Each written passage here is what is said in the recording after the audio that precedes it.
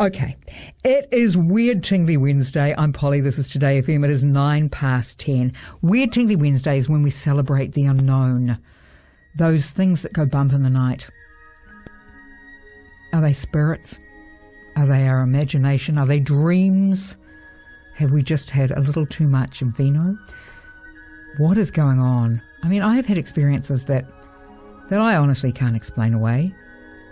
And I know a lot of people don't believe, and a lot of people think it's crazy and it's ooky spooky and everything. I'm quite a realist, and certainly a skeptic. Like, I don't believe in hypnotists. But there are just some times when things are a little bit freaky. If you have a story about something weird or strange, an odd coincidence, a meeting of spirits, I'd love to hear about it. 0800 Today FM, 0800 863 293. In the meantime, though, haunted Auckland. He's not so much a ghostbuster as he goes to places that are apparently haunted or have ghosts, and sees if they exist. Hey Mark, how are you? Awesome. Thanks a lot for calling me. It's great. Oh no, you're welcome. Haunted Auckland. So now, first of all, tell me, are you an investigator? How did this happen? It's something I've been into all my life, really. As a child, I was sort of felt there was something more out there, and so I spent a lot of my time just sort of investigating old burnt-out buildings and ruins out in early Howick, in the Pakuranga area where we used to live, and that sort of fueled it. And then I had a few little experiences here and there, but just a lifelong sort of journey, really, of learning. Do you think because you were interested, it made it easier to believe and therefore feel those things that you feel when you do have that sense? I don't know, really. I mean, I've always sort of thought that there was something out there that I just didn't understand, and so I just spent my time just going out and looking, and because I wanted that first-hand experience, and I wanted to find out for myself. I mean, I read a lot of books, and I was forever sitting in the library at school and all that sort of thing, reading about it. But it's a whole different kettle of fish when you're actually going out to these locations, going to where the stories come from, and actually looking for yourself and spending time there. I think many of us have been into places and felt that, there's kind of a cold chill, like an ice in the air, and we kind of know something's up. But how many times have you, I guess, encountered that feeling of knowing there was something going on? Quite a bit, actually. I mean, I'm very skeptical about things. I'm a bit of a thinker, and I like to sort of try and work things out. And so I wouldn't consider myself a strict believer. More of a skeptic, but I've seen a lot and experienced enough in my time now to know that there's definitely something going on there. And so I basically go for the experience. I go to where the stories are, and I just see what happens. I don't go expecting anything. I don't have any preconceived ideas or anything. I just go there to where the stories come from, and I just sit and wait and observe and document and just see what happens. Wow, your website is Haunted Auckland, and I've just been looking at it, and it's kind of, it's really interesting. I like you, I'm a skeptic. Like I am very open to things, but at the same time, I'm not going to be like sucked into things and go, seances and fortune tellers and things like that. But I'm certainly open to it. Where in Auckland? Let's start with Auckland. Where in Auckland are the most haunted places, in your opinion? Well, surprisingly, we've actually got quite a few locations in Auckland that are thought to be haunted. I mean, I've never really said that a place is definitely haunted, mainly because I don't have enough evidence to back up that kind of statement. But there are a lot of places around Auckland that do have stories that come from them. And a lot of them are the less iconic places that don't really get heard about. The stories are quite sort of in-house, and they're just very local. So you don't really hear the stories. We've been to places like the Civic Theatre and Queen Street and places like that, but we've never really experienced anything there. There are a lot of stories that come from there, but we haven't personally experienced anything. The more active places that we have investigated through the years that we've actually had a lot of activity were places like the Howick Historical Village. and places like that, the Pump House Theatre, in Takapuna. A lot of these places you wouldn't ever hear about the haunting side of it. It's not until you talk to the staff and ask around that you start hearing the stories. And then you go there yourself and you spend night after night after night investigating, and that's when things start happening, and that's when it gets interesting. When you say investigating, what do you do to investigate? Well, there's only so much you can do with with investigations. I mean, basically the first step is to go to where the stories come from, spend some time and do a lot of observation. We try and stick to the scientific method where we can, but it's quite a difficult one because you've only got so much to work with, and real paranormal activity is quite rare, and it doesn't happen on cue, so you don't have much to work with. So we basically just go in there mainly to observe, and we have cameras and we have gadgets and we have data loggers and we have various equipment that we set up just in case something does happen. We can try and capture something, a bit of substance there. But really we just go there to observe and see what happens. And if something happens, then we can start investigating. We can actually investigate what made that sound. What did we see? We can investigate those little things. Well, let's start with the Pump House investigation. What did you actually discover there by being there so long? We've had bits and pieces. I mean, I've been doing this quite a few decades now, and I've never really had any full-bodied apparitions appear in front of me. And I haven't been thrown against the wall by some poltergeist or anything like that. Right. I do live in hope, but places like the Pump House Theatre, they're quite subtle. You get little subtle bits of activity that do happen, that do have you questioning things. And like, they have there's Peg, Margaret Escott is thought to reside there, and she was an actress, poet, writer that was quite influential there. And Michael Murphy was an old caretaker who was there. He passed away, and he's thought to still remain there as well, just working away, doing his thing. You sort of go there, and we've had bits and pieces happen that we can't really explain while we're there. It doesn't mean it's paranormal, but just things do happen. You do hear you'll be sitting very quietly, and suddenly you'll start hearing footsteps overhead. Or you'll start hearing, movement down the corridor, or you'll start seeing shadows. We do see lots of shadows moving around. So it gets interesting when you're trying to document these things and trying to you're just there for the experience to see what you can actually see and feel and hear. Why do you think that some, let's call them spirits, why do you think that some ghosts or spirits remain in a place? Is it because they're trapped, or is it a memory? Is it a time thing? I think it depends on the case, really, on the different types. There are different types of cases, and each one is different. Some of them we've been to, it's almost as if whoever is there is in the room with us, and it seems to be quite intelligent, and it seems to be interacting. Then we've had other ones where we'll see things, but it's almost like it's going through its routine. It's almost like a recording, sort of replaying itself on a loop. It depends on the location, depends on the type of haunting, I guess. There are many different types. We've had a few objects move around and things like that, which could possibly be poltergeist activity, if there is a term for that. We don't know. We don't really know if a place is haunted until a ghost actually does come out and greet us, and meet us and starts to shake our hands and sit down and talk with us. But we've had lots of interactions that do feel like interactions. A lot of people have talked about, when they've been in places like Europe, very, very, very old places where they've seen, they've been lying in a bed somewhere in a hotel and, I don't know, somewhere in England, and they see sort of soldiers marching past, and it's almost like it is a time. It's like a recording, a time recording, something that was so profound when it happened that it's sort of like recorded in time. That's right. Yeah. There's some places with a lot of history seem to have a lot of stories of hauntings. So I've spent a lot of time over in the UK as well, and just tramping around the UK and staying in some of the most haunted locations around the UK. And most of them, I have to say, I've actually slept very well, and and nothing really happens. But it's these little smaller places, the little tiny locations that nobody really hears about, that you end up with the most activity, where things start to really happen. Wow. What are some of the other places that you've been to that have had loads of activity? Around the world, or? Oh, yeah, look, around Auckland, around New Zealand, around the world. I'm fascinated by all of it.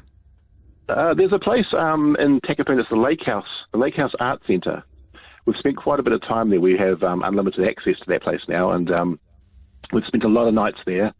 Sometimes we'll just sleep on the floor. It's our home away from home, and we've had some pretty interesting interactions there. We've had shadow people, sort of shadow. We call them shadow people. Mm-hmm. Most of them are short. They're quite short, almost like childlike, and they sort of, you can hear them running around. And we've had footsteps running up and down the corridors, and we've had interactions with these little pop lights that we use. We use little lights that we sort of ask questions, and the lights go on and off. And we've had some interesting interactions where it seems to be communication, where they're interacting, toing and froing to our questions, and you can actually find quite a bit of information about these people. I mean, if it is, it could be a wild coincidence, of course, but the interactions seem to be only when there's questioning happening.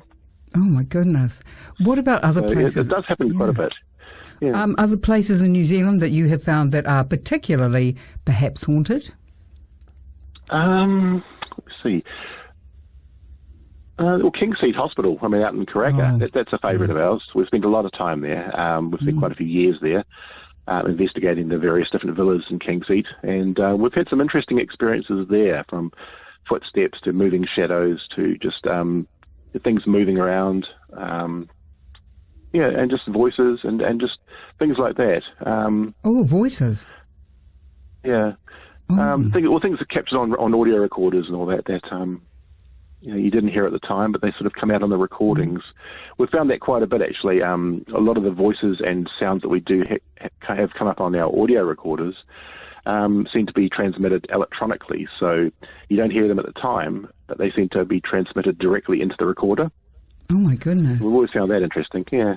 Yeah, well, my grandfather died at Kingseat, so I'd be very interested to go there and just see if I could somehow connect. But, I guess you don't know who's remained there or who the people are that are still hanging about. And it's a very sensitive topic. You've got to be very careful how you approach things, and you can't sort of dive in there as Ghostbusters and it's very, you got to be a little bit more compassionate, I suppose. Yeah, don't cross the stream. No, you don't want. No, exactly. That's right. Yeah. No. What about outside of Auckland? Okay. There's, quite a few. We've actually just come back. We've just been down in Dunedin for the long Queen's birthday weekend, and we spent a bit of time down in Dunedin, and we're going to be going back. There's quite a few places there, actually. We spent quite a bit of time at the Chalet Backpackers, which has quite a bit of a haunted history there. It's a very old building. It used to be a hospital, and some of the rooms are still decked out as surgery rooms. Oh, Lord. So that has some interesting stories, and we've seen some interesting shadows and heard some interesting sounds. There's the Globe Theatre in Dunedin as well, which was great. That has Frank the ghost. He's the resident ghost that he works there. He was the caretaker. Yeah. And Leviathan, the Leviathan Hotel was another one we spent time in, and that has a lot of stories with that one as well. And of course, Larnac Castle. That's a classic down in Dunedin. I have heard the story behind Larnac Castle and the tragedy and kind of mystery and tragedy. Yeah. I guess would present a lot of emotional energy. Yes, that's right. And there's there's the Napier. You've got the Napier prison. So that's always a good little hot spot there. Oh my goodness. Yes, and so there are lots of places. I mean, just around Auckland alone. We've been to around about 40. I was counting them up this morning. Actually, around about 40 places just in Auckland alone. That have haunted reputations. But again, most of the places that you find that have the activity are not the Civic or the St James or they tend to be places not quite so public. That's right. Yeah, and a lot of places, lot of places are sort of soaked in sort of urban myth as well. A lot of them, it might be just one person might have one little interesting experience at some point, and of course that gets a bit overblown through time, and the stories get bigger and bigger, and of course it becomes something that is completely different from what it started off as. Sure. I live in Wellington, so I'm kind of interested if there are any places in Wellington that particularly haunted. Yeah, one of our favourites in Wellington is in the Lockie House. And the Lockie House is an old it's an art school. It's an art school there, and there's quite a few stories that come from that place, from poltergeist activities to shadows to footsteps to voices to things being thrown around. It's had quite a bit of activity. I hear it's been a bit quiet the past few years, but that's one to look out for in Wellington. There's also, isn't there, I don't know, this could just be, what I've read, but the old fever hospital, which I think now is the SPCA perhaps, which was at one stage the headquarters for Plunkett. Everyone seems to talk about that. And it does, when you go in there, I know when it was empty, it felt very strange. But is that one of the apparently most haunted places? I wouldn't say the most haunted. We've spent quite a bit of time there, but I know a friend of mine down in Wellington who is also a paranormal researcher. He's took his team there many years ago, and they had some interesting things like doors slamming and some pretty intense activity there. There are two parts to the Fever Hospital. There's the new sort of SPCA block, and then beside it there's an old derelict one, which is very unsafe and you can't really go through it. But we've had access a couple of times actually to get in there, so we've managed to get in there, and they've allowed us to take photos and sort of do a little mini investigation while we're there. So that was nice. And that place is very cool. It's very old and very run down, and it's rotting, and it's just sitting there in decay, really. It's great. Yeah, yes, which kind of adds to the atmosphere, doesn't it? What about Christchurch? What about Christchurch? Christchurch. Christchurch, we haven't spent a lot of time down in Christchurch, but, I mean, there's the Racehorse Hotel. That has a few stories there. There was some murder that took place, an old owner that was shot, I believe, and down that way. Christchurch, I haven't really heard too much about Christchurch, actually. Well, do you investigate private homes and things of, there are so many stories about hitchhikers and, roads that are haunted.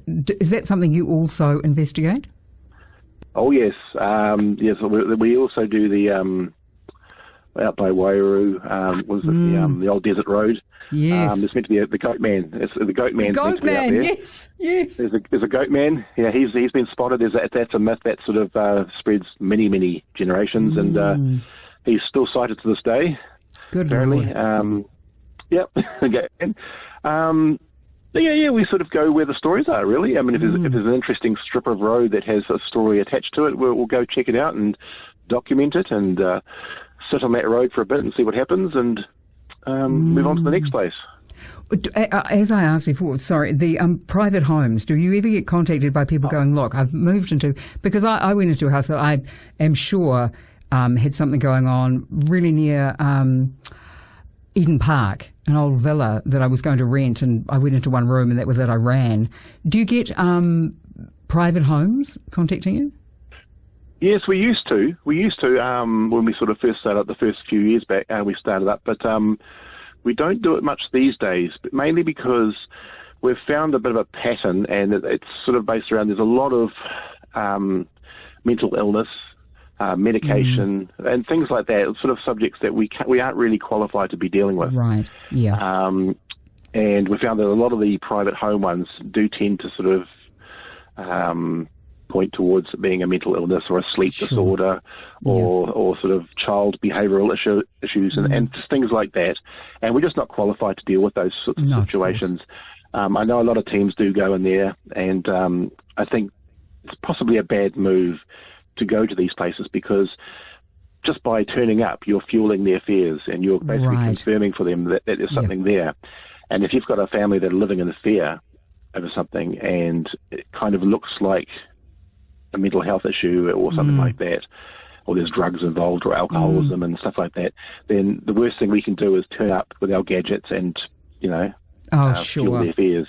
Absolutely.